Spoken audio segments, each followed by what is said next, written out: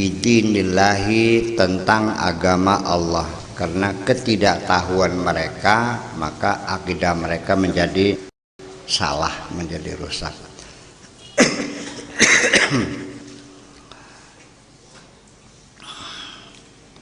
Fanharafu an sawa'is sabil, sehingga mereka menyimpang dari jalan yang benar.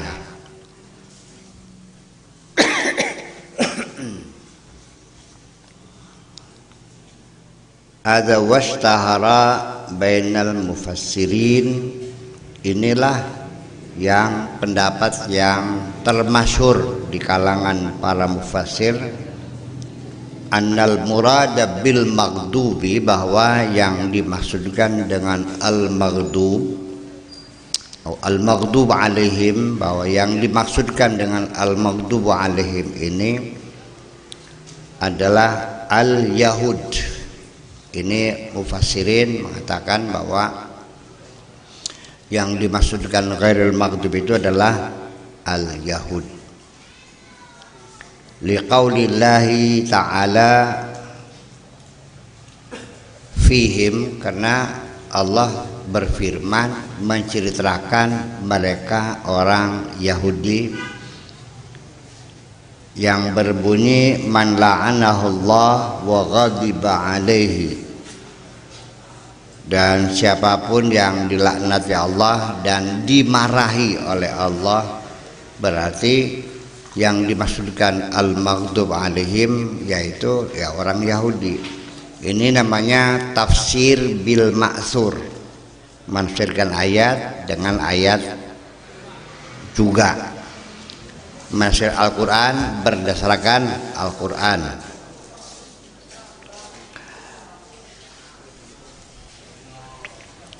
Al-Maidah ayat 60 ayat. Wa ba'u bi ghadabim minallah, dan juga firman Allah wa ba'u bi ghadabim minallah, dan mereka pulang dengan membawa kemarahan dari Allah. Berarti al-maghdub alaihim berdasarkan surat yang lain, orang umat yang kena marah Tuhan itu adalah orang Yahudi. Berarti begini logikanya, silogismenya. Al-maghdub alaihim itu siapa? Ditafsirkan bahwa ketika Al-Quran bercerita umat-umat yang mendapat kemarahan adalah orang-orang Yahudi, berarti al-maghdub alaihim ya orang Yahudi. Ini tafsir bil ma'sur. Kemudian wal murad bid dhalin, dan yang dimaksudkan dengan ad-dhalin orang-orang yang tersesat itu adalah an-nasara, orang-orang Nasrani. Liqaulillahi ta'ala fihim, karena berkaitan firman Tuhan tentang mereka, dikatakan qad dallu min qablu wa adallu katsiran, mereka sebelum juga sudah tersesat, wa adallu katsiran, dan juga menyesatkan banyak orang, wa dallu an sawa'is sabil, dan mereka tersesat dari menempuh jalan yang benar. Al-Maidah ayat 77. Itu yang termasyhur para mufassirin menafsirkan al-maghdub dan ad-dhalin itu adalah Yahudi dan Nasrani. Wa zahir huwa syamilun lihataini, tetapi secara makna zahirnya dua istilah maghdub dan dhalin ini adalah mencakup siapa saja yang terkena kemarahan Allah, ya tidak orang Yahudi saja, dan orang yang sesat bukan orang Nasrani saja. Kita pun bisa kena marah Allah, kita pun bisa tersesat. Ya, wa ghairihima min ahlil kufri wad dalal. Jadi tidak hanya orang Yahudi dan Nasrani saja yang disebut maghdub dan dal itu kita juga sama. Jadi artinya bahwa itu mah penafsiran bil ma'thur, yang dimaksudkan demikian, tapi yang menjadi realita bahwa orang yang kena marah tidak orang Yahudi saja, dan yang tersesat pun tidak orang Nasrani saja. Kemudian di tafsir dari Al-Wasit ya, tafsir Al-Muqatil, biar nanti jadi perbandingan, nanti kita diskusikan bersama. Tafsir Al-Muqatil waladdallin ini yaqulu, ya, bahwa orang yang sesat itu adalah maknanya yaqulu duna dinil musyrikin, ya, yakni an-nasara. Jadi bukan maghdub itu artinya bukan orang-orang musyrik, dimaksudkan adalah nasara. Dan waladdallin falyaqul amin. Nah, itu jadi kemudian ada tambahan dari tafsir Muqatil, falyaqul amin, kalau kita sudah imam baca waladdallin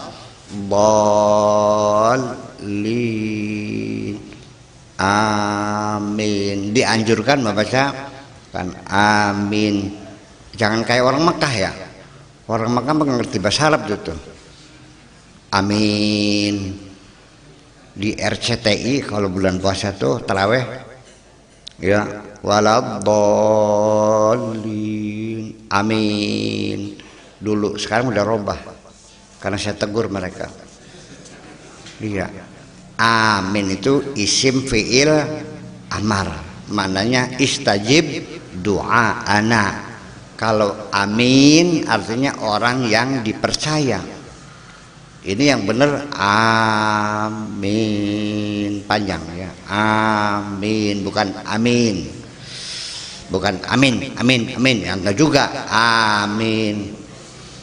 Kecuali kalau yang berdoanya lama banget, 1 jam belum selesai.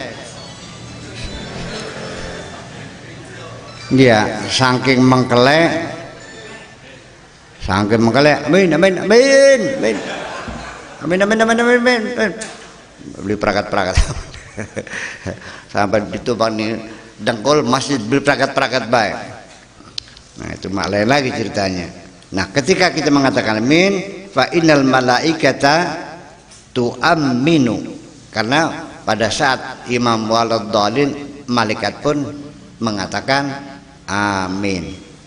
Fa in wafaqa ta'minan nas, kalau malaikat yang mengamin itu bareng bersama-sama dengan jamaah yang mengatakan amin bareng-bareng, ghufira lil qaumi min dunubihim, maka dosa mereka mendapat ampunan dari Allah Subhanahu wa taala. Amin. Ya. Amin. Amin. Sing bener ndi? Amin, amin. Itu. Kemudian yang ketiga, ini dari tafsir Ar-Raghib, sengaja saya bacakan semuanya supaya nanti bapak-bapak jangan ragu-ragu. Barangkali ini Bu, ini pendapat pribadi ini mah. Kadang-kadang mengkel kita nih. Iya. Makanya kenapa? Sebab orang Islam ini kalau tidak ada rujukan kitab apa, beli ngandel kan. Kudu anak takbire. Ya, iya kan? Jadi orang Islam sekarang enggak pede soalnya. Iya, karena menganggapnya orang zaman dahulu pasti lebih pintar dari kita gitu. Dulu masa ngundakana ndas. Tapi kenyataannya pinter mana orang zaman dulu dengan sekarang? Sekarang dong. Itu.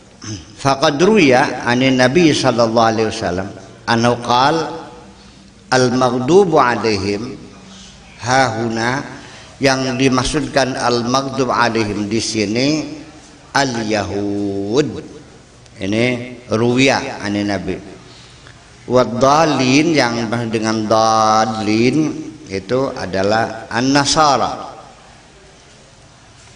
Wa dalla ala dzalika qauluhu fil yahud man la'anahu Allah wa ghadiba alaihi, sudah tadi diulangi lagi. Wa qaluhu fin nasara wa la tattabi'u ahwa'a qaumin qad dallu min qablu wa adallu katsira wa dallu an sawa'is sabil. In qila, andai kan ada orang bertanya, kaifa fussiru ala dzalika kilal fariqain, bagaimana menafsirkan dua kelompok tadi, yang satu orang yang kena marah, yang dua orang yang tersesat. Kalesan kucing.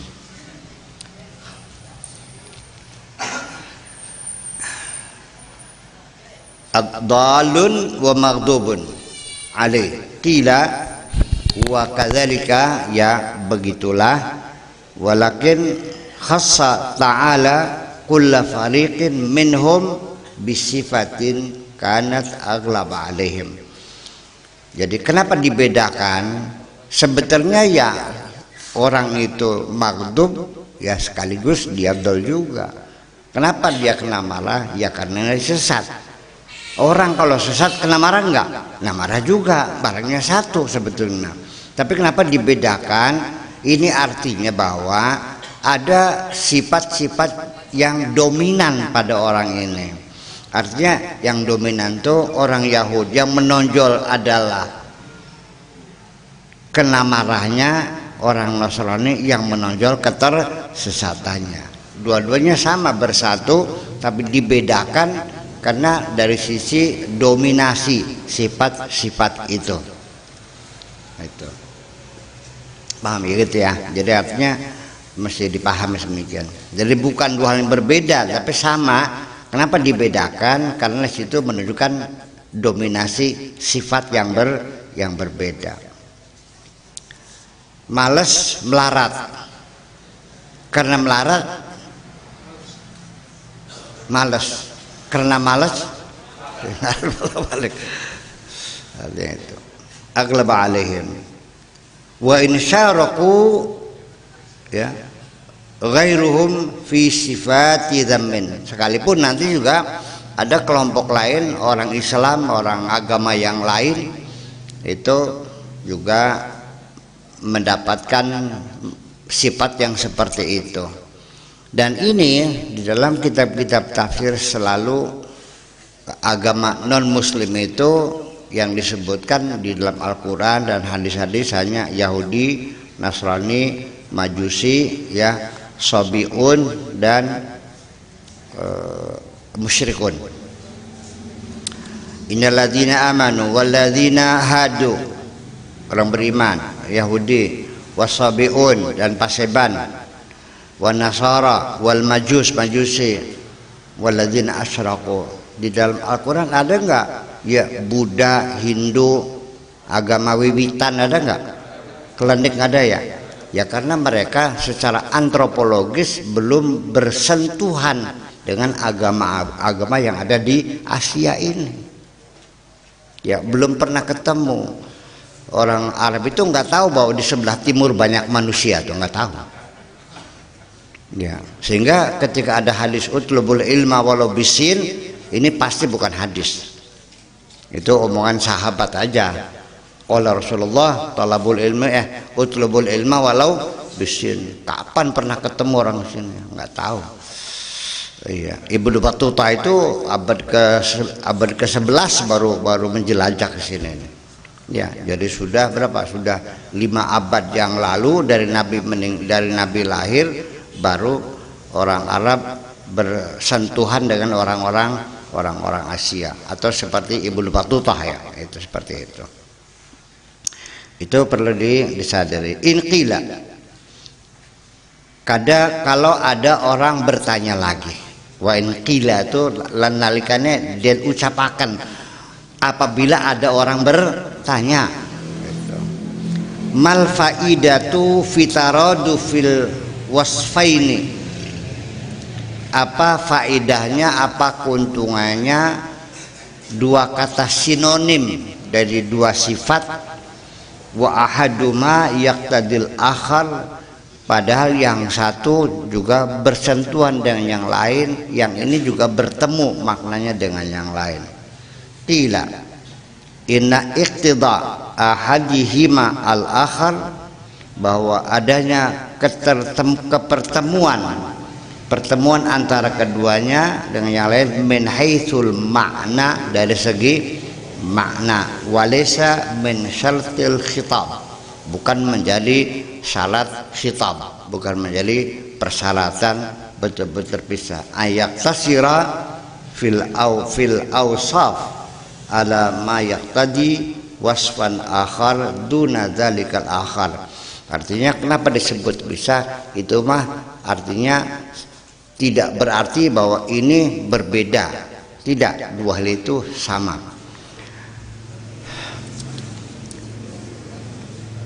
Ini kertas, lihatkan baik-baik, kertas, ini kertas, ini kertas, ini empat kan, dua-duanya satu masuk pada yang lain, gitulah kira-kira ngomongnya sih. Ya, artinya begitu. Jadi kikir karo medit karo tegel, ada pertemuannya enggak? Ada. Kalau dia enggak tegel enggak medit dong. Ya, karena dia medit maka lihat tetangganya enggak makan, dia cuek aja, masa bodoh. Anak juga bukan, mantu juga bukan, ya mati ya silakan aja. Tegel kan? Iya. Nah kalau ya medit, ya tegel, maksudnya bukan dipisahkan, tapi untuk memberikan ketegasan, seolah-olah meditnya berdiri sendiri, tegelnya berdiri sendiri dalam mensifati kejelekan seseorang. Ya cules, ya males, ya beler, barang apa ada pun. Itulah gaya bahasa Al-Quran itu seperti itu. Kemana?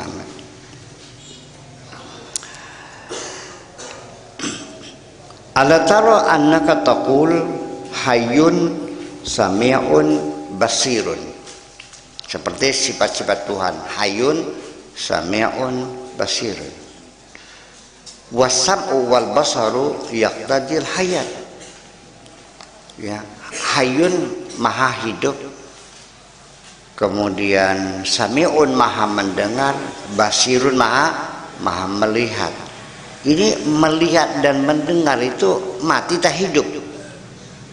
Kalau ada orang mendengar, melihat orang itu mati tak hidup. Kenapa disebut hayyun juga? Ya itulah kira-kira seperti itu. Jadi jangan terkecohkan bahwa itu hanya sebagai penegasan saja. Tumalesa min syarti dzalika an yakuna dzikruhu lahwan, tetapi juga harus diketahui disebutkan hayyun sami'un basirun itu tidak sia-sia, karena ini juga memberikan impresi dalam pikiran kita adanya sifat-sifat yang berbeda itu. Ini kajian linguistik namanya.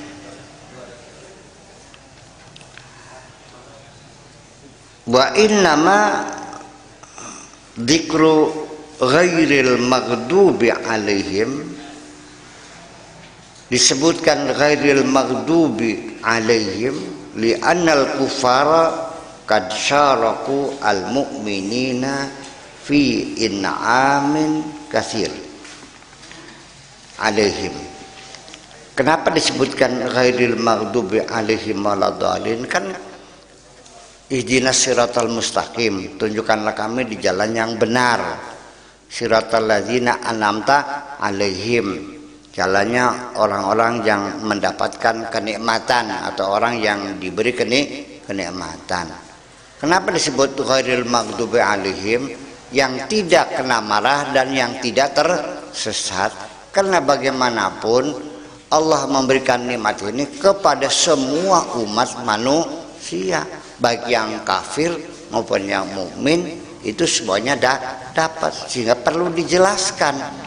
Berarti sebutan ghairil maghdubi alaihim ini adalah untuk menjelaskan bahwa yang dimaksudkan an'amta alaihim adalah bukan nikmat umum, nikmat makan, nikmat minum, nikmat tidur, nikmat kawin, tapi nikmat khusus kepada mereka. Paham lih? Jadi siratal ladzina an'amta alaihim, jalannya orang yang telah engkau berikan kenikmatan, bukan nikmat umum tapi nikmat khusus, yaitu kenikmatan orang-orang yang telah mendapat kenikmatan yang tidak mendapat kemarahan dan tidak tersesat. Itu mendetail sekali ini. Li'anal kufara qad syarakul mu'minina fi in'am katsir alaihim, karena orang kafir, orang beriman juga ya sama-sama mendapatkan nikmat.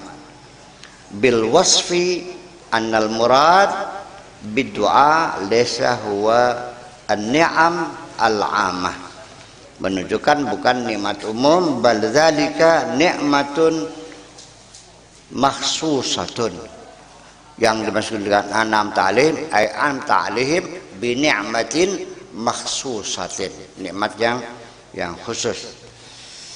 Wa qawluhu ghair idza khufida ihdinas siratal mustaqim siratal ladzina an'amta alaihim ghairi, kalau dibaca majrur makhfud atau khafad maka dia itu kedudukannya fasifatun, maka menjadi sifat. Siratal ladzina an'amta alaihim ghairi itu menjadi sifat.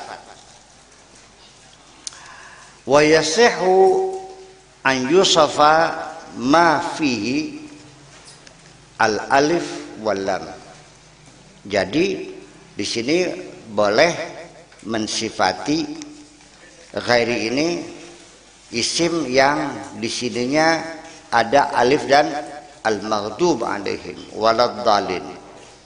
Wa badalun alal jins bi ghair, dan juga bisa wa yadullu alal jins bi ghair, dan menunjukkan kepada jenis dengan kata ghair. Wa misal dan misal, ghair dan misal. Wa akhwatuha, dan sejenisnya likaunihi qariban minan nakirah, karena lebih mendekati kepada isim nakirah. Wala yasihu an yusafa bihi ma fihil alif walam, dan tidak boleh menjadi sifat untuk isim yang ada alif dan lamnya. Wadalla alal ahdi, yang namanya lil ahdi dzikr, alif lam lil ahdi dzikr.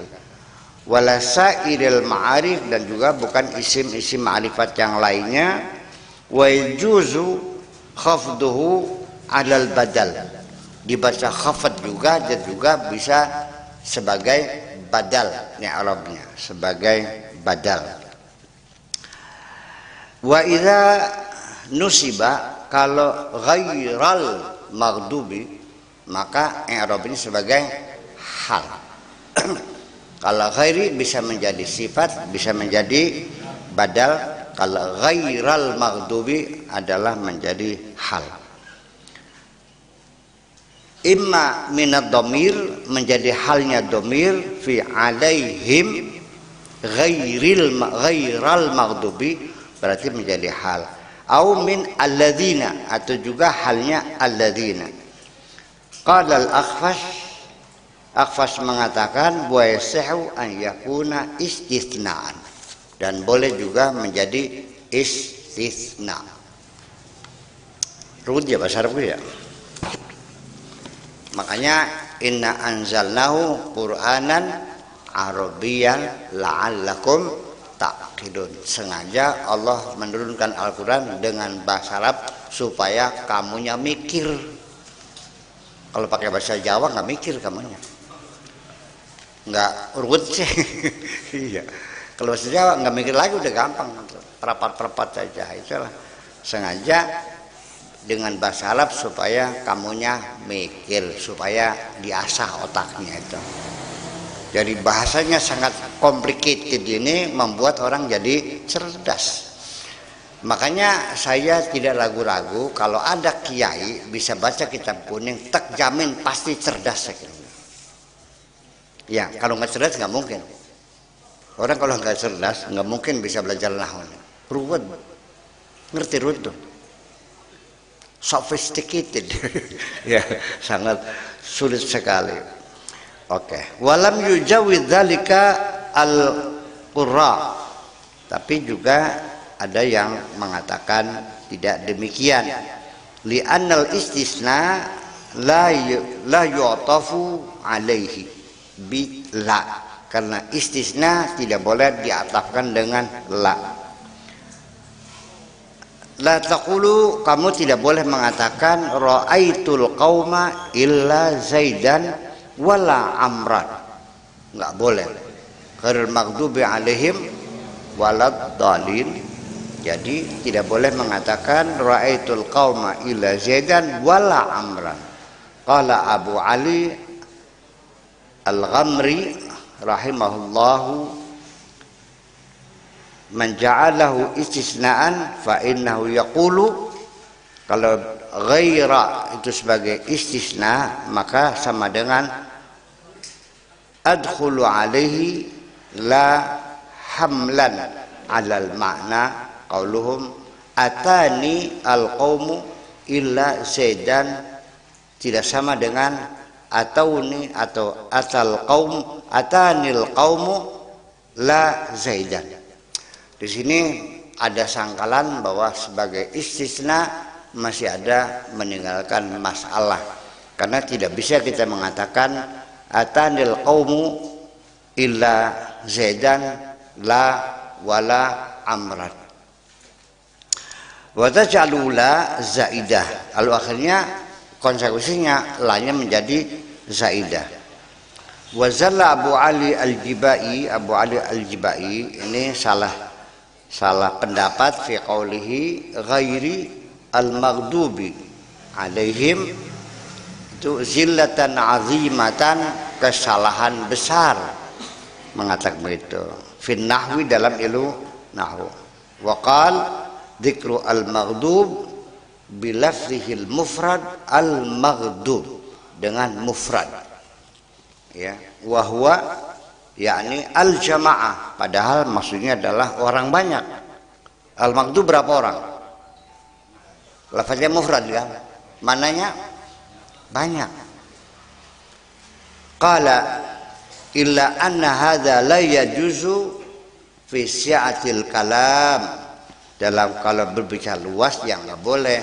Wa khafiya alaihi annal muta'addi bil jari yadkhulu at-tathniyah wal jama' ala dhamir.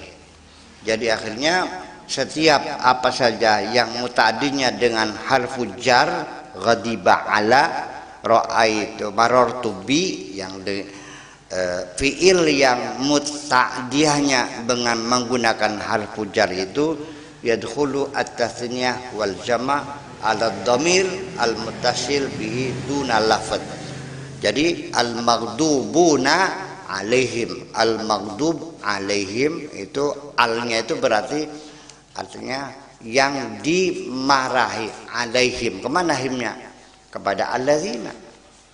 Jadi al-maghdubuna alaihim itu pendapat dari Ar-Raghib Al-Asfihani.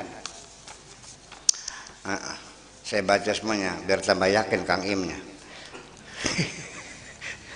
Lalu Az-Zamakhsyari,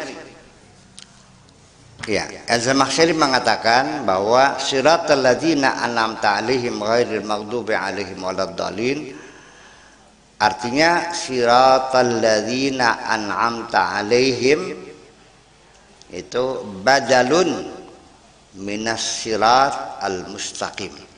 Ihdinas siratal mustaqim, siratal ladzina an'amta alaihim itu sebagai badal dari siratal mustaqim. Satu, wa huwa fi hukmi takriril amil, sama kedudukannya dengan mengulangi amil. Amil itu yang mendorong sesuatu kalimat menjadi berubah. Karena qil ihdina as-siratal mustaqim. Ini soal kayaknya engkau mengatakan ihdinas siratal mustaqim, artinya ihdinas siratal ladzina an'amta alaihim, kama qala alladzina stud'ifu liman amana minhum. Jadi ihdinas siratal mustaqim, ihdinas siratal ladzina an'amta alaihim, ihdinas siratal ghairil maghdubi alaihim. Ihdinas sirata ghairil maghdubi alaihim. Itu maknanya. Fa in qulta ma faidatul badal, apa untungnya badal di sini? Wa halaqil, di sini dikatakan ihdinas siratal ladzina an'amta alaihim. Qulta faidatut taukid, adalah untuk memberikan penekanan. Lima fihi minat tasniyah wa takrir, karena di situ diulang-ulang. Wal isyar bi anna tariq al mustaqim bayanuhu wa tafsiruhu. Jadi siratal mustaqim di sini sebagai keterangan dan penjelasan.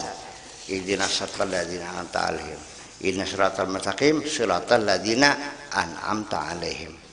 Kemudian yaitu siratal muslimin, jalannya orang-orang Islam, liyakuna dzalika syahadatan lisiratil mustaqim bil istiqamati.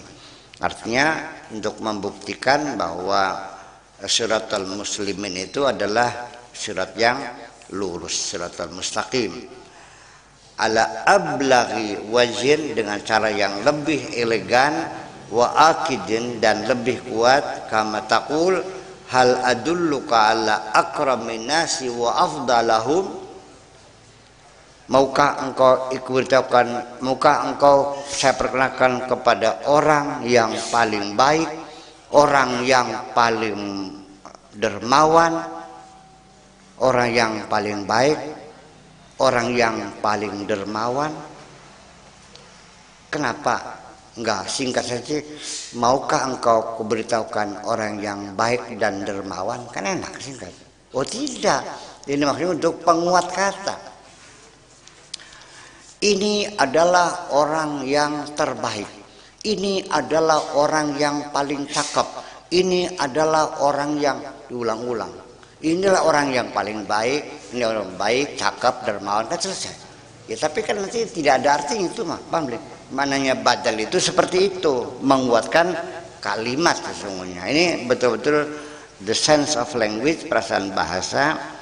Ya, yang nggak ngerti bahasa sabar aja dulu. Iya, ini buat Mang Im aja nih. Yang ini ngerti. Iya, ya sabar dulu. Ya, jadi boleh nanya. Ya, ya, fulan. Fayakunu dzalika ablaq fi wasfi bil karami wa dal, akan lebih kokoh ya menyampaikannya daripada kamu mengatakan akram dan afdal saja. Liannaka sanaita dzikraha mujmalan awalan wa mufassalan thaniyan. Ini artinya sama dengan Anda menerangkan dua kali. Pertama secara global, yang kedua secara rinci maksudnya. Mufassalan thalithan awqa'ta fulan tafsiran, ya, wa idahan, ditafsirkan, dijelaskan, lil akrami wal afdali, dan afdal, dan seterusnya. Kemudian ghairu di sini sifatun lil ma'rifah wa huwa la yata'arrafu, wa in udifa ilal ma'arif qulta alladzina an'amta alaihim la tauqita fihi ka qawli wa laqad amurru 'ala laimi yasubbuni. Itu. Dan nanti ini yang terakhir Ibnu Katsir nanti akan saya terangkan nanti di tengah-tengah kita mengadakan dialog. Cuman yang penting saya ingin sampaikan bahwa ketersesatan yang dimaksudkan Al-Quran ini ini jangan dipahami secara fisik. Orang sesat itu begini, ada dua orang tersesat. Saya sebagai seorang muslim terpanggil secara kemanusiaan, kalau ada orang yang tersesat, saya terpanggil untuk menegur. Tanpa ada perintah Allah pun, dengan manusia saja kita pasti, sekalipun orang tidak beragama, tidak bertuhan, salah manusia saja. Katakan orang yang tidak beragama, ada orang di sini bolak-balik macam rumahnya Mang Im, nggak ketemu-temu, nanya nggak, Bang mau kemana? Ke rumahnya Mang Im. Mang yang mana? Yang itu. Oh sini. Kita kesalaman nantinya, kalau terus ke sana nantinya jalan bebas, jauh lagi, balik lagi sini gitu. Ya kan begitu. Nah ketika yang kita tegur itu adalah ketersesatan dari perjalanan kaki, maka dapat dipastikan orang itu akan berterima kasih. Aduh terima kasih Pak, makasih. Artinya kalau nggak ditegur, kita bisa sampai sore nggak ketemu nih. Tetapi anehnya ketika yang ditegur adalah perjalanan pikirannya ngejak berantem. Saya enggak. Dan saya seringkali menjadi korban. Karena idealisme saya, ada imam baca Fatihahnya salah, saya tegur. Ini bacanya jangan waktu itu apa ya? Ihdinas siratal mustaqim, siratal ladzina an'amta 'alaihim. Ihdinas siratal mustaqim.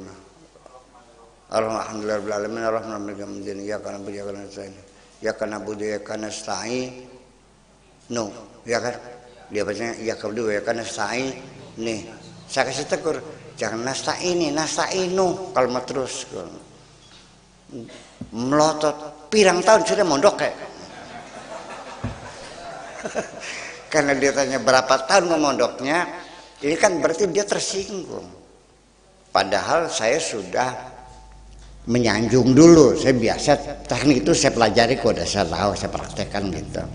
Tersanjung dulu, suaranya enak, tersanjung dulu, makhraj hurufnya bagus, ya kan gitu. Tersanjung dulu, lagunya enak, nah, tetapi gitu. Nasta'ini itu nggak ada fi'il mudhari majrur, nggak ada. Ada nggak fi'il mudhari majrur? Nggak ada. Iya, adanya marfu. Ya, kalau tidak ada al-khali minal awamil an-nasiba atau al-jazima fayartafi'ul fi'il mudhari. Nasta'inu. Nah, dia tersinggung gitu. Karena merasa jadi imam. Dia juga nggak kenal saya, padahal saya ini bibitnya imam Dremaya. Iya, karena saya ketua forum komunikasi imam masjid. Setiap 3 bulan saya kasih latihan baca Fatihahnya, syarat rukun sholat, cara wudhu, cara berkomunikasi dengan masyarakat, masalah keuangan masjid, manajemen masjid. Pelatihan pun itu imam tuh nggak pernah hadir, selalu diwakili saja oleh pelebeh. Jadi dia nggak kenal saya tuh, kan gitu persoalannya. Kalau dia kenal mah mungkin nggak marah ya. Nah itu. Tetapi anyhow, ternyata orang kalau ditegur itu kesalahan, ketersesatan pemikiran, keilmuan, nggak terima. Ya kan begitu. Apalagi kalau menegurnya tidak disanjung dulu, tidak minta maaf dulu, tidak punten dulu. Umpama saya dengan kasar, dengan bertolak pinggang, imam goblok kamu nih, masa Fatihah nggak becus gitu tuh, sholatnya tidak sah, ulang lagi. Apa yang terjadi? Kayak berkelahi, betul nggak? Dan ini berulang-ulang di depan mata saya, di TV, di radio. Masa negur orang dengan tolak pinggang, bawa pentuan, kafir, bid'ah, neraka, masa begitu? Ini Indonesia perlu etika, paham nggak? Gimana lagi? Menegur siapa aja bisa marah. Kafir itu, murtad. Ini kan lucu jadinya. Ini ilmu dari mana cara menegur seperti itu tuh? Itu kan pendapat kan? Itu kan pendapat. Itulah makanya kita sekali lagi bahwa ketersesatan kaki mah senang ditegur, tapi ketersesatan pikiran sulit kita menegurnya. Ngajak debat dulu. Udah debat pun kita sering gagal. Sayanya bawa dokumen, ya bawa dokumen nih. Orang itu bawa dokumen, sayanya bawa argumen. Ya beri ketemu. Saya juga Al-Quran, dia juga Al-Quran juga. Tapi Al-Quran di mata dia adalah dokumen. Di mata saya Al-Quran adalah argumen. Nggak ketemu. Kalau sudah dokumen, pokoknya. Wah, ya kalau udah pokoknya nggak usah diskusi dong. Perlu diskusi nggak kalau pokoknya? Ya enggak. Ya sudah selesai. Ya udah enggak. Nanti ujung-ujungnya apa? Ya sudah lakum dinukum. Ya, ongko-ongko apa sih? Lakum dinukum waliyadin itu maknanya ongko-ongko. Iya. Jadi itulah saya, makanya saya ngaji. Ya saya mah ya terserah. Doyan serok beli doyan ya. Wes. Wa man syafal yu'min wa man syafal yakfur. Ngandel serok beli ya. Wis, saya mah punya dagangan, masakannya yang enak, tapi kalau ada orang yang seleranya berbeda lalu tidak mau makan masakan saya, ya udah gak ada masalah kok. Doyan serok beli ya. Wis. Ya, emang juga pikirin. Coba kalau kita berpikir seperti itu aja. Nah, ini namanya ketersesatan pikiran. Ini memerlukan keterbukaan supaya kita jangan tersesat berkepanjangan. Maka coba kita bangun pemahaman dalam diri kita bahwa kita dalam hidup ini tidak ada jaminan selamanya benar, ya kan? Sehingga kita ini hakikatnya memerlukan kritikan, memerlukan teguran, memerlukan sapaan dan masukan-masukan dari teman-teman. Tanpa itu kita tidak akan bisa meningkatkan kualitas kita. Percaya nggak? Ya dong. Nah, saya bertanya, kenapa kebanyakan orang tidak mau membuka diri? Sebabnya satu, karena keburu meyakini bahwa ini yang saya yakini, yang saya percayai, inilah yang paling benar. Kalau tidak sama itu salah. Itu sebabnya. Siapa yang meramu dalam otakmu menjadi tertutup, tidak mau ditegur, tidak mau disapa, tidak mau dikritik, taringnya panjang, berdarah-darah, motonya besar, namanya iblis. Percaya nggak? Itulah sehari-hari kita ini tidak boleh untuk baik, tidak boleh untuk bertobat, tidak baik untuk merevisi. Pokoknya yakini ini benar, dan itulah akhirnya dibangun fanatisme bahwa diyakini ini karena ini kata guru saya, berarti yang situ pasti nggak benar. Nah, inilah ketersesatan semacam ini yang perlu kita waspadai. Saya kasih contoh aja yang paling gampang. Kita tadi Mang Im tanya, khairun nas anfa'ukum linnas. Orang yang terbaik adalah orang yang paling banyak memberikan manfaat kepada orang lain. Oke. Mang Im tadi nanya, apakah ini untuk orang Islam saja apa untuk seluruh manusia? Ya nas itu lafaznya umum, ya berarti manusia ya siapapun namanya. Kalau matanya sejajar, hidungnya dua, ya kan gitu. Jalan kaki dua, ya kan gitu. Terus pakai sarung, pakai topong, yaitu namanya manusia. Apapun agamanya, apapun rasnya, apapun sukunya, yaitu namanya manusia. Kecuali dalam ayat-ayat khusus seperti firman sabda Nabi, umirtu an uqatilan nasa. Ini lafaznya umum. Aku diperintah untuk memerangi manusia. Berarti semua manusia. Oh tidak. Di sini urida bihil khusus. Ya, yaitu orang-orang yang munafik, orang-orang yang menghalang-halangi perjuangan Kanjeng Nabi, bukan semua orang. Inilah radikalisme itu, karena memaknai anas semua manusia, akhirnya asal non muslim ya dipentungi semua, ya kan? Nah, itu perlu. Makanya kebanyakan yang radikal itu salah tafsir sebetulnya. Tapi kalau ditegur susah, malah saya yang disalahin. Mana mungkin Allah menyuruh kita suruh membunuh semua orang? Aneh aja. Ya kan gitu, nggak mungkin dong. Jalan menuju surga menghidupi orang, menyelamatkan orang. Al muslim man saliman nasu min yadihi wa lisani. Betul nggak? Orang Islam itu orang yang menjamin keselamatan orang, baik melalui lidahnya maupun tangannya. Kita menjamin keselamatan, bukan mencelakakan orang. Nah, itulah karena anas tadi mananya adalah di mana umum.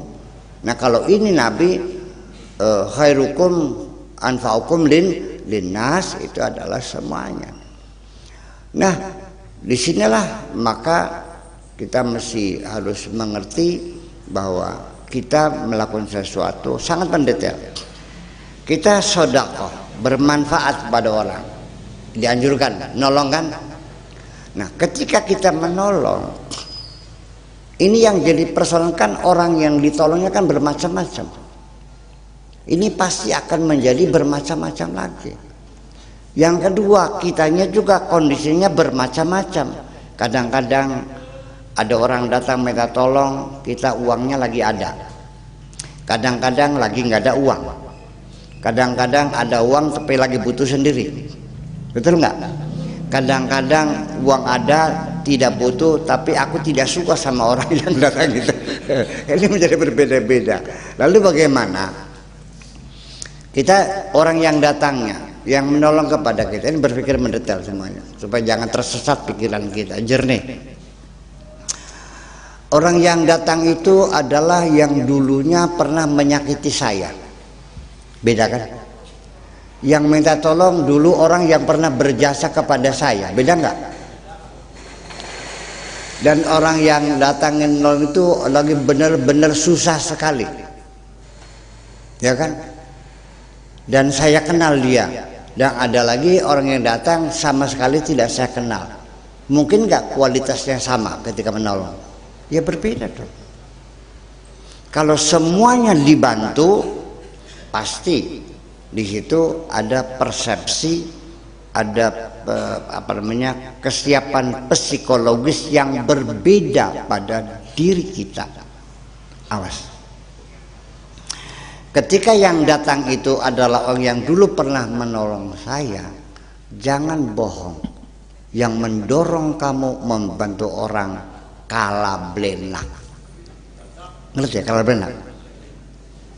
Memaksakan diri, tidak ada uang pun diadakan karena kita ingin mengembalikan budi baik orang. Betul? Jangan bohong.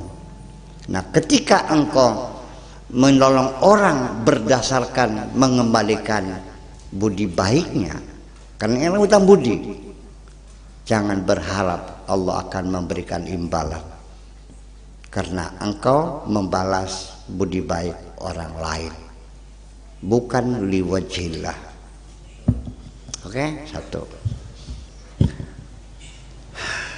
Kalau orang itu dalam keadaan sakit parah sekali, anaknya sudah semaput mau mati, perlu obat, nggak ada obat, perlu dokter, perlu biaya, Anda memberinya dalam keadaan terharu dan kasihan, sambil menangis kita memberikan uangnya, betul nggak?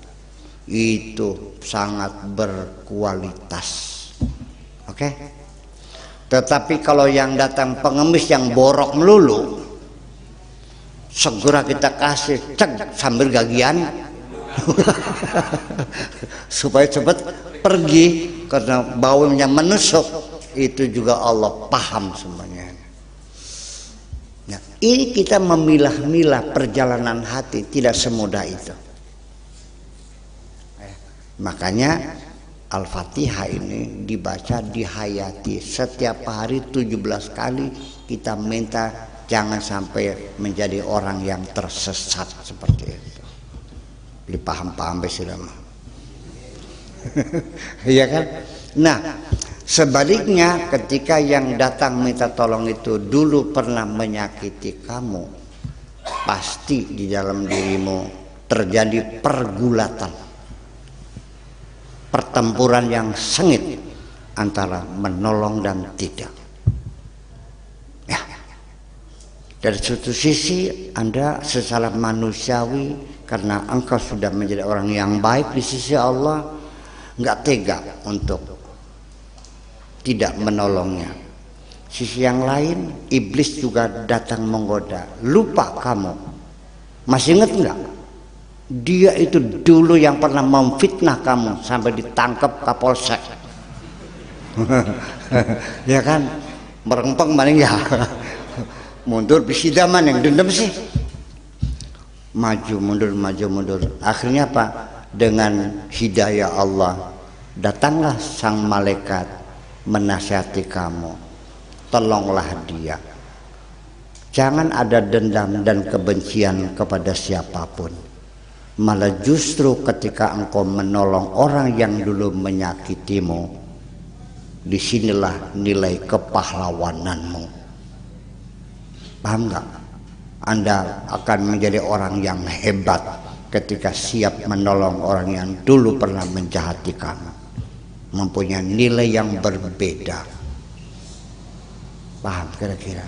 Nah, ini sehari-hari kita tersesat perjalanan, kita tidak sadar karena ini adanya dalam pikiran. Apa Anda yakin setiap orang yang pergi ke masjid niatnya benar semua? Yang niat nyolong sandal ada enggak?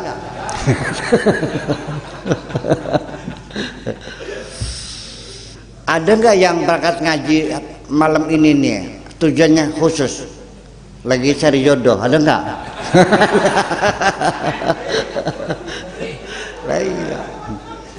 Ada nggak yang ngaji karena sumpek sama suaminya? Ada nggak?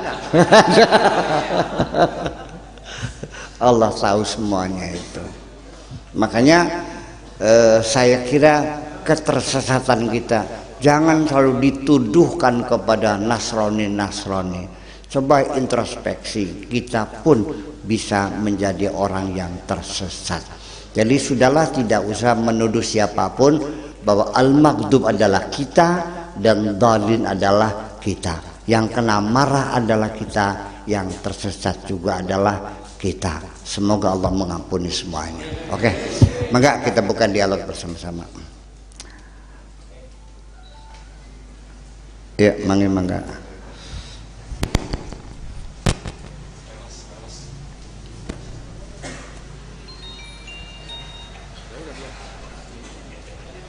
Oh ya, nanti tolong dibantu Kang, nanti bila mana ada yang bertanya di bagian belakang tolong diantarkan mic-nya ya. Para alim, para ustadz, para bapak, para ibu sekalian, ada putra, ada putri sana. Oh ada nih, ada putri juga, ada nih. Ya. Mangga bila mana ada yang ingin diungkapkan di sini, ditanyakan, ada yang belum jelas misalnya, ya Mungkin ada yang belum jelas atau mungkin ada yang pernah membaca dari sumber-sumber lain kemudian ingin mengemukakannya di sini. Ya, ini tentu saja sangat diharapkan. Sedikit berdebat juga boleh. Tapi ingat, pendapat saya, kita yakin pendapat saya benar, tapi mungkin salah. Pendapat orang lain benar, pendapat saya benar, tapi mungkin salah. Pendapat orang lain salah, tapi mungkin benar. Itu adalah adab berdebat.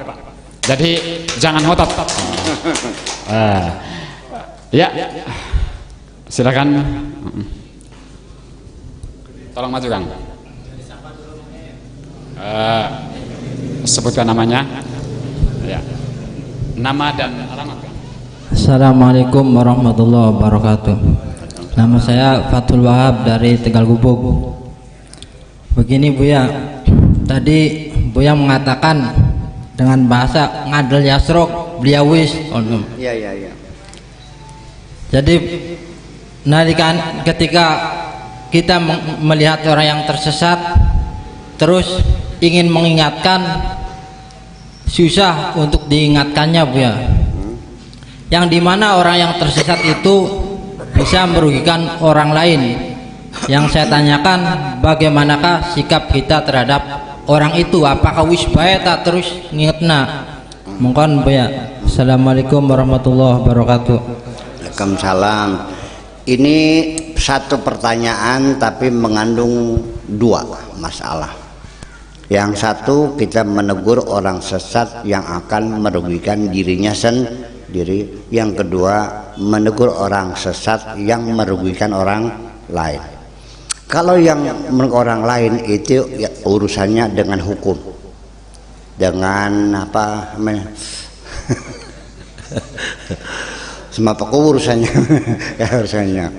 urusannya sama polisi ini mah ya, karena semua apapun yang namanya merugikan orang lain itu ada aturannya, ada hukum yang berlaku, dan supremasi hukum perlu ditegakkan. Bagaimanapun juga jangan pandang bulu. Kalau yang merugikan orang lain itu namanya bukan dinasehati, bukan ditegur, tapi ditindak. Beda. Betul. Gitu dong.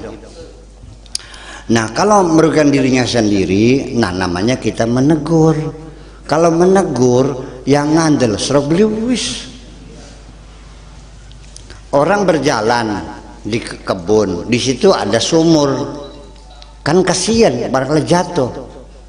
Mang, jangan di situ ada sumur.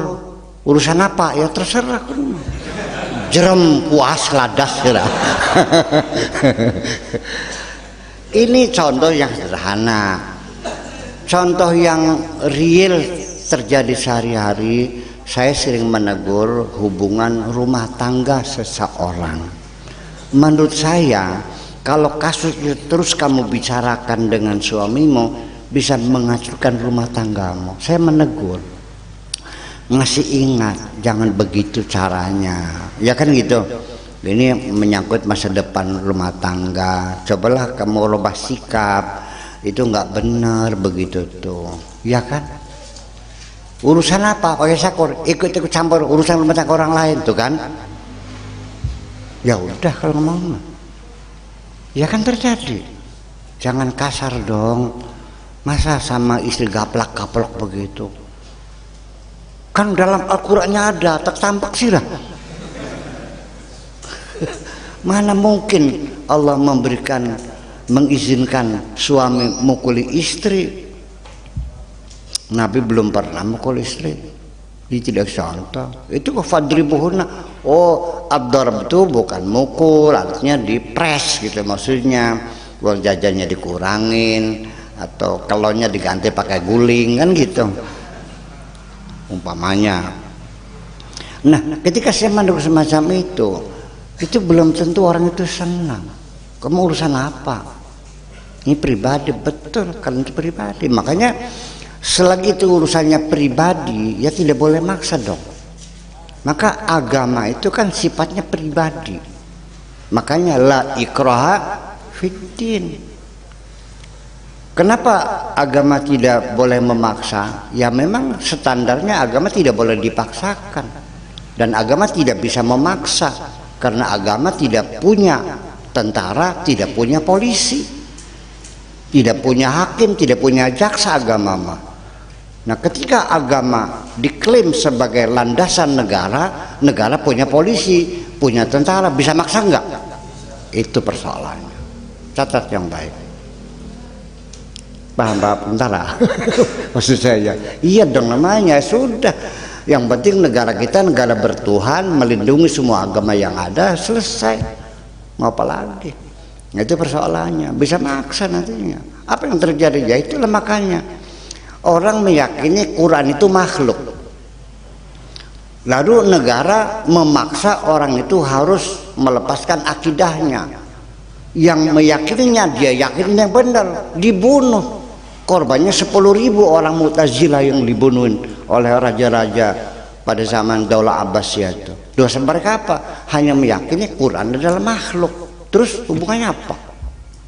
Nah, inilah persoalannya, tidak bisa membedakan mana urusan pribadi, mana urusan umum. Ini semacam ini.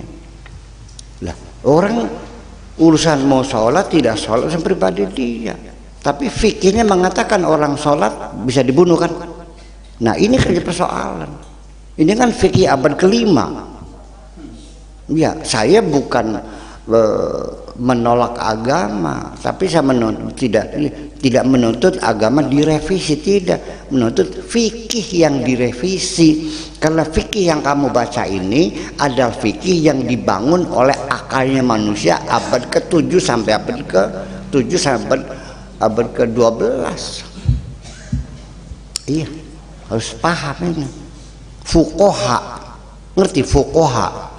Iya, para ahli fikih. Dan fikih zaman itu adalah ijtihad pribadi masing-masing, bukan lembaga.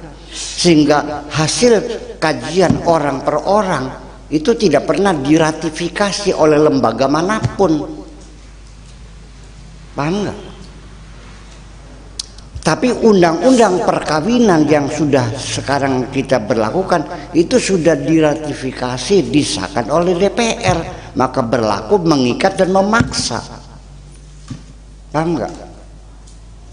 Fikih mengatakan perempuan boleh dinikahkan usia masih 5 tahun, 6 tahun, sampai baru umur seminggu juga boleh. Itu fikih. Negara kita bikin undang-undang melarang minimal 16 tahun. Ketangguhan mengawinkan anak kecil masuk penjara. Sekalipun anaknya mau, ibunya izin, nggak ada urusan, melanggar masuk penjara. Pernah dengar nama saya Puji? Dia nggak salah secara pribadi, dia kawin, ngasih mahar, anaknya mau, ibunya izin, tapi dia melanggar undang-undang. Apakah ini negara kafir? Itu fikih, itu pendapat pribadi para mujtahid. Itu pun belum diresmikan oleh lembaga manapun. Paham ini? Nah, jadi ketika menegur orang, sekalipun ada fikihnya, tapi kalau ini menyangkut merugikan orang lain, maka hukum berbicara, tangkap urusannya. Bapak mengawinkan anaknya yang umur kurang dari 16 tahun sebelum kawinnya. Ternyata Pak Naibnya agak on kadang-kadang. Kan saya sering menikahkan, taukil sama saya kan biasanya. Teteknya masih kempes, masih rata. Alisnya nih masih nyambung, masih anak-anak. Tapi di KTP-nya umurnya udah 20 tahun, nggak masuk akal. Saya tanya, apa Naib, yakinkah umurnya 20 tahun? Enggak. Ya jangan dikawinkan, yang nggak bisa, kita ikut sama KTP. Ya kan, sing masuk penjara ku. Seperti itu. Jadi begitu dia merugikan seorang anak manusia, perempuan adalah manusia, Bung. Dengarkan baik-baik, perempuan adalah manusia, nggak ada beda dengan laki-laki. Kewajiban dan haknya sama. Laki-laki wajib belajar, perempuan, nah kalau dikawinkan belajar nggak berarti? Enggak kan? Dia belum saatnya kawin, belum mens kok. Berarti merugikan nggak? Tangkap ini mah, nggak perlu ditegur, tangkap aja gitu. Jadi kita bedakan wilayah privacy dan wilayah publik, itu mesti dipertimbangkan. Maka agama ini tidak bisa dipaksakan, karena akidah tidak bisa dipaksakan, harus secara sukarela. Makanya pengajian kita kan pengajian agama nih. Ya yang mau nurut silahkan, ya udah sih. Saya mah nggak ada urusan dengan mazhab kamu, mau Mu'tazilah, mau Qadariyah, Jabariyah, nggak ada urusan kok. Ya kan gitu. Dan saya tidak akan pernah mengatakan Syiah sesat, Wahabi sesat, enggak kok. Ada. Bukan hak saya untuk menyesatkan siapapun, dan bukan hak saya untuk mengkafirkan siapapun. Urusan hati yang tahu hanya Allah Subhanahu wa ta'ala. Setuju nggak?